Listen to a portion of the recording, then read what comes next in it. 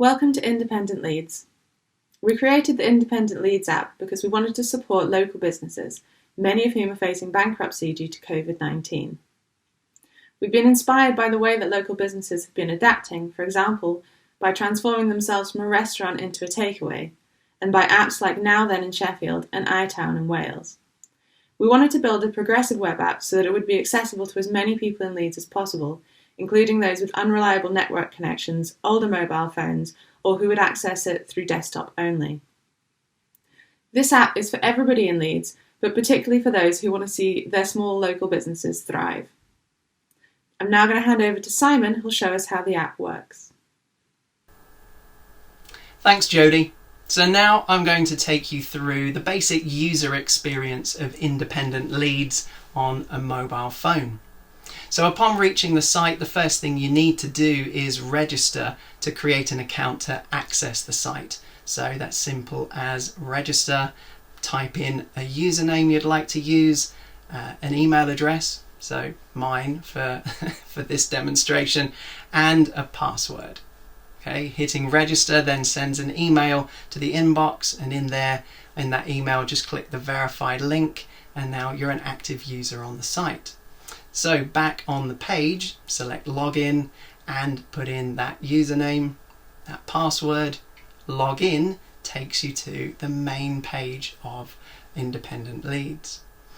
Great. So from here we've got a map. We can see the businesses that are registered, and below that we can also see some cards relating to those businesses. Now this map, when you zoom in and reduce the number of businesses shown, the number of cards below that also reduces. So it's quite reactive and responsive to that. Of course, that's one way to navigate the site and find businesses, but if you're like Claire and you know exactly the type of food that you want to eat, well, you can use the drop-down menu and the filters below. So selecting British from the list and then hitting filter will show the British cuisine businesses. Okay, well, Claire is also a vegan. Well, we've got you covered. Click on the vegan checkbox, filter again, and it reduces even further the number of businesses. So what about Tut Pub? Well, Claire's a Yorkshire lass, so she's going to try that.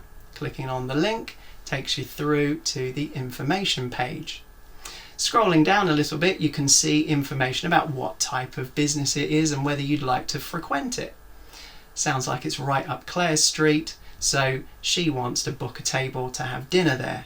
Well, luckily that's something that's shown on the site. If the owner chooses to, they can show the number of tables currently available.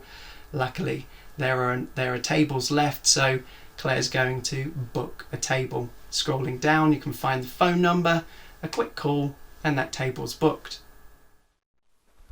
One wonderful meal later. Okay, now she's had her meal, what can she do to share her experience with other users? Well, firstly, back on Tut Pub's page, she can support the business. So that will make Yorkshire Dave very happy. She can also leave a comment. What a wonderful place. Clicking show comments, you can see that hers is at the top. But there's a spelling mistake. No problem. Click delete comment and it's gone with a quick yes to confirm. And there we go.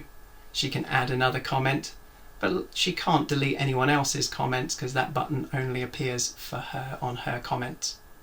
Now at this point, Claire is really happy. She wants to register her own business, her cat cafe. Well, no problem. Click on the hamburger, select register business, and there's a nice form with all of the information that she can fill out about her business. But for the sake of brevity and through the magic of video, ta-da, it's all filled out for us. Okay, now at this point, registration needs to be verified. So if I just put on my admin hat for a second, log in as admin, I can then select verify from the nav bar and I can see her business. I can click verify and then the business will appear on the site. Claire can visit her own page, and she's just looked at the information and realised, the phone number's wrong. Well, no problem. For her, there are little edit buttons to click on. She can select the one next to phone number, put in the new phone number, update, and there we go. Her users can get in contact with her and book tables at her restaurant. So, there we go. Claire's very happy. I hope you guys have found it interesting too. Over to Joe to tell us about the back-end tech stack. For the back-end side of the project, we decided to use Amazon Web Services, or AWS. We chose AWS because its ability to integrate services that could be applied to our app. It's widely used in the industry, and we wanted to challenge ourselves with learning a new technology that was not covered in the course. We chose DynamoDB as our database, as it uses key value pairs to sort data, making it more appropriate than other databases for the interaction between the user and the business itself. DynamoDB also provides us with the opportunity to scale our app, as well as learning a brand new database that is popular amongst developers. Identity access management was also used, as it provides security for the user and because they support roles via CRUD requests.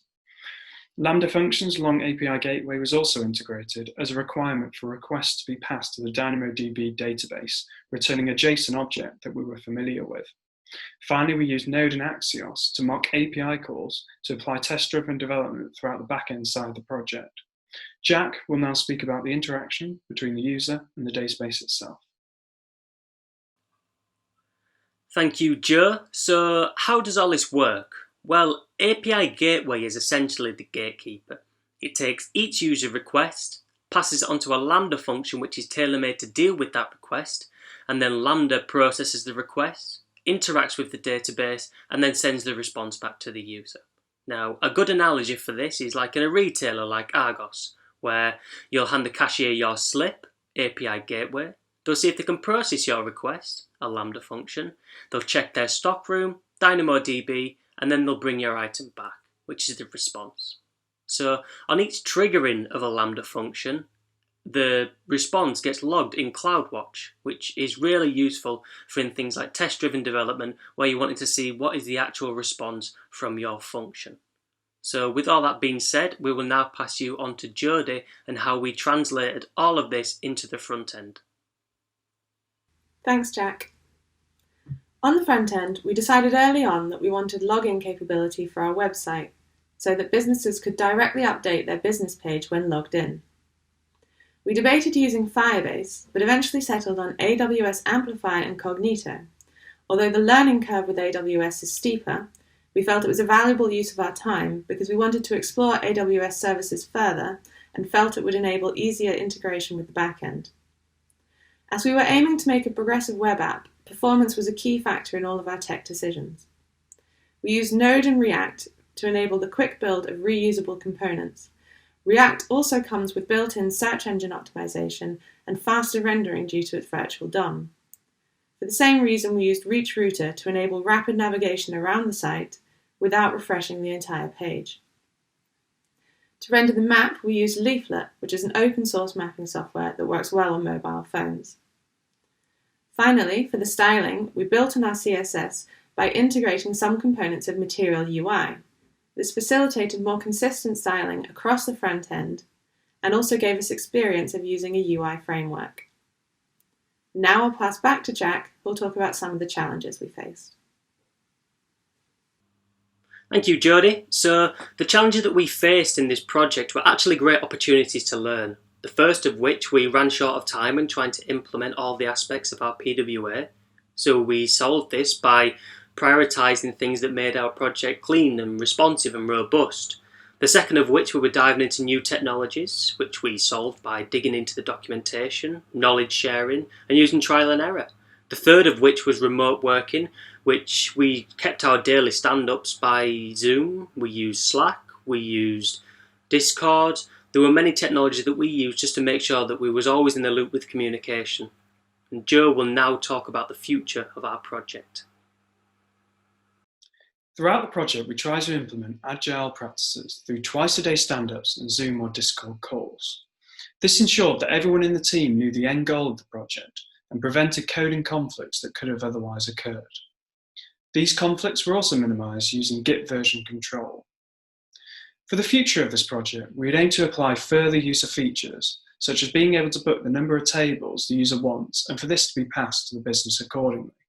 Additionally, due to the flexibility of our database, we'd aim to expand to other cities outside Leeds, along with adding further PWA features across all browsers and devices. Finally, we'd continue to add more error handling to the back end for a nicer user experience overall, and aim to include more test-driven development. Thank you for listening. We hope you enjoyed our app demo, and we're open to any questions you may have.